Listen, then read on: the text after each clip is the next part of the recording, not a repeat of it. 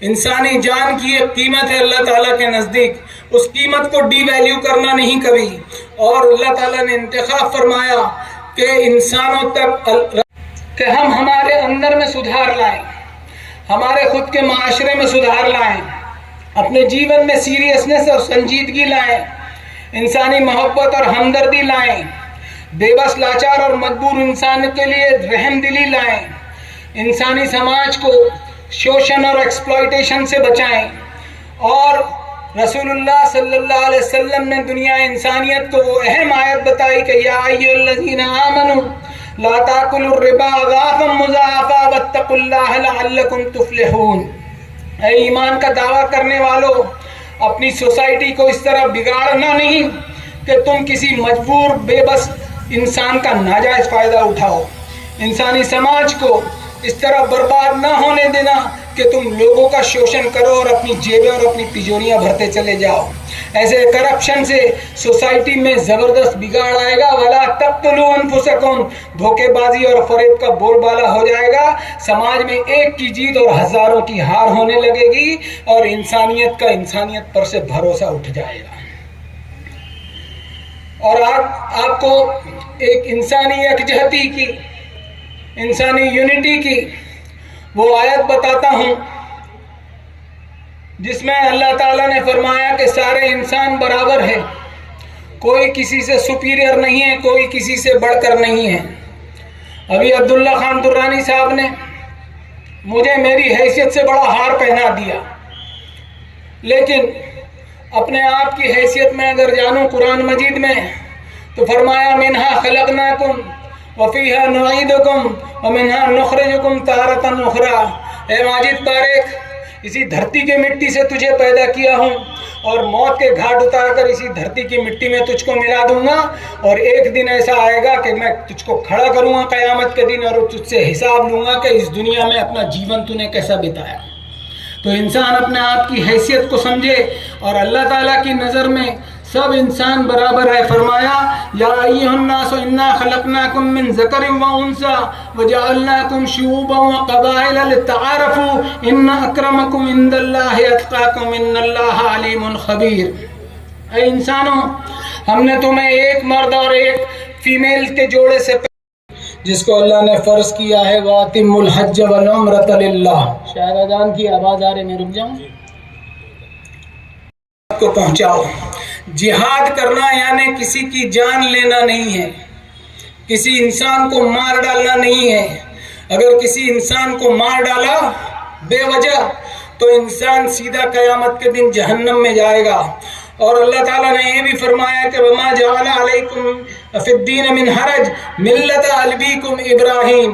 اللہ نے دین کے معاملے میں کوئی مشکل نہیں ڈالی تم پر. تمہارے روحانی والد حضرت ابراہیم کے ڈاکٹرائن کو تمہیں فالو کرنا ہے. هُوَ سَمَّاكُمُ الْمُسْلِمِينَ مِنْ قَبْلُ وَفِي هَذَا. اللہ نے تمہارا نام مسلم رکھا ہے.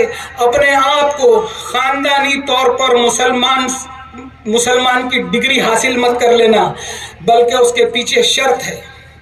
وہ شرط ہے لِيَكُونَ الرَّسُولُ شَهِيدًا عَلَيْكُمْ وَتَكُونُوا شُهَدَاءَ عَلَى النَّاسِ. کہ تمہاری توحید، تمہارا ایمان، تمہاری ایمانداری، تمہارا خوف خدا، تمہارے اخلاق، تمہاری مورالٹی اور نیتکتا، رسول اللہ صلی اللہ علیہ وسلم کی اخلاقی اور سماجی سنتوں پر تمہارا عمل، یہ سب ایک اعلیٰ نمونہ بن کر سماج پر ظاہر ہوں گے تو دعوت کا کام اپنے آپ جو ہے وہ جاری رہے گا، اس میں کبھی بریک نہیں لگے گا. اب ضرورت ہے کہ ہم اس ملک میں ہماری ذمہ داریوں کو سمجھیں. آج میں ایک بہت بڑے مجمع سے بات کر رہا ہوں، ایک ایسا مجمع کہ آپ لوگوں کے چہروں کی رونق سے لگ رہا ہے کہ بڑے بڑے دانشور اور پڑھے لکھے حضرات یہاں موجود ہیں. اور اکثر ایسا دیکھا جاتا ہے کہ ایسے مجمع میں والصلاة والسلام على سيد الأنبياء والمرسلين سيدنا وحبيبنا وحبيب رب العالمين محمد وعلى آله وأصحابه ومن هدى بهديه إلى يوم الدين. قال الله تبارك وتعالى في كتابه المجيد والفرقان الحميد: فأعوذ بالله من الشيطان الرجيم بسم الله الرحمن الرحيم. وَلِلَّهِ عَلَى النَّاسِ حِجُّ الْبَيْتِ مَنِ اسْتَطَاعَ إِلَيْهِ سَبِيلًا۔ سب سے پہلے ہم رب کریم کا شکر ادا کرتے ہیں کہ اللہ رب العزت نے حج ہاؤس کے اوپننگ کے اور اس کے افتتاح کے مبارک موقع پر ہم سب کو یہاں پر جمع ہونے کی توفیق مرحمت فرمائی۔ میں مبارکباد دیتا ہوں بابا جانی صاحب کہ آپ نے حج ہاؤس پاتری میں بنائے، اور جیسا کہ ہمارے پہلے مقرر نے کہا بالکل صحیح ہے کہ میں نے بھی جب مجھے فون پر دعوت دی تو میں نے تعجب کیا کہ پاتری اور حج ہاؤس کوئی کمبینیشن سمجھ میں آتا نہیں، اس لیے کہ عام طور پر یہ سمجھا جاتا ہے کہ حج ہاؤس وہاں ہوتا ہے جہاں ایئرپورٹ ہوتا ہے، تو جہاں ایئرپورٹ ہوتا ہے وہاں پر حاجی لوگ آتے ہیں اور حاجی لوگ آ کر وہاں پر ٹھہرتے ہیں اور پھر وہاں سے ان کے جانے کا نظام ہوتا ہے۔ تو میں نے کہا کہ بھائی حج ہاؤس آیا ہے تو کیا پاتری میں ایئرپورٹ بھی آ رہا ہے؟ بہرحال تو یہ ایک بہت بڑا اچیومنٹ ہے اور بہت بڑا کارنامہ ہے کہ آپ نے یہ اتنا خوبصورت عیدگاہ اس شہر پاتری میں بنائی، اور پھر اس کے ساتھ آپ نے نور علی نور قرآن کی تعبیر کے مطابق حج ہاؤس کو بھی آپ نے تعمیر کیا۔ بہرحال انسان جو بھی کچھ کرتا ہے اللہ کی توفیق سے کرتا ہے، اور اللہ توفیق بھی ہر ایک کو نہیں دیتا ہے۔ اللہ توفیق بھی اسے دیتا ہے جس کے اندر اللہ رب العزت کچھ دیکھتا ہے کہ اسے توفیق دینے جیسا ہے۔ تو اللہ رب العزت نے، ویسے تو ہمارے ہندوستان میں اور بھی بہت سارے ایسے لیڈر ہیں، ایم ایل سی اور ایم ایل اے اور پتہ نہیں کیا کیا ہے، مگر جو کام پہلے اس کائنات کو سجایا، اس کائنات کو اس قابل بنایا کہ اس میں انسان رہ سکے، اسی لیے آج کی سائنس حیران اور پریشان ہے کہ جس ہم زمین پر رہ رہے ہیں، یہ زمین ملکی وے کہکشاں اور گیلیکسی کا ایک حصہ ہے، اور ملکی وے کہکشاں اور گیلیکسی جو ہے جس میں لاکھوں کروڑوں اور اربوں اور کھربوں ستارے ہیں، ان ستاروں میں سولار سسٹم کے ساتھ یہ لگی ہوئی ہے، اور سائنسدان اتنے حیران ہیں کہ زمین کے علاوہ دوسرے کسی بھی سیارے پر زندگی گزارنے کے آثار اب تک کے سائنس کو نہیں مل سکے، اور وہ کہتے ہیں کہ جس طریقے سے دوسرے ستارے یہ سورج کے ارد گرد گھومتے ہیں، اسی طریقے سے اگر تھوڑی بھی آگے پیچھے ہو کر زمین ہوتی تو اس پر زندگی گزارنا مشکل ہوتا، مگر اس سسٹم کے بالکل کنارے پر زمین کو رکھ کر زندگی کے تمام اسباب کو اللہ نے مہیا کیا۔ کہا ایک بگ ڈیزائنر اور انتہائی عظیم ہستی کے کارنامے کے علاوہ یہ کارنامہ کوئی انجام نہیں دے سکتا ہے۔ تو اللہ رب العزت نے جب اتنے جتن اور اتنے پلاننگ کے ساتھ اس دنیا کو بنایا اور اتنے خوبصورت اپنی مخلوق انسان کو بھیجا، تو اسے خوبصورت زندگی گزارنے کے لیے اللہ رب العزت نے انبیاء کو بھیجا، جن میں سب سے پہلے آدم آئے، اور پھر اس کے بعد یہ سلسلہ چلتا رہا، اور آخر میں نبی کریم صلی اللہ علیہ وسلم آئے۔ اسلام کے بنیادی 5 ارکان ہیں۔ نمبر 1 اپنی زبان سے کلمہ شہادت کہنا، نمبر 2 نماز کا اہتمام کرنا، فرض نماز کا پڑھنا، نمبر 3 روزہ رکھنا، نمبر 4 زکوٰۃ دینا، اور اسلام کا 5واں رکن ہے حج بیت اللہ کرنا، اللہ کے گھر کا حج کرنا۔ اللہ کے گھر کے حج قرآن کریم نے اسی کو بیان کیا ہے، وَلِلَّهِ عَلَى النَّاسِ حِجُّ الْبَيْتِ، کہ لوگوں پر اللہ کے گھر کا حج کرنا فرض ہے اس پر جو وہاں تک پہنچنے کی استطاعت رکھے، کہ ہر ایک کے اوپر فرض نہیں کیا۔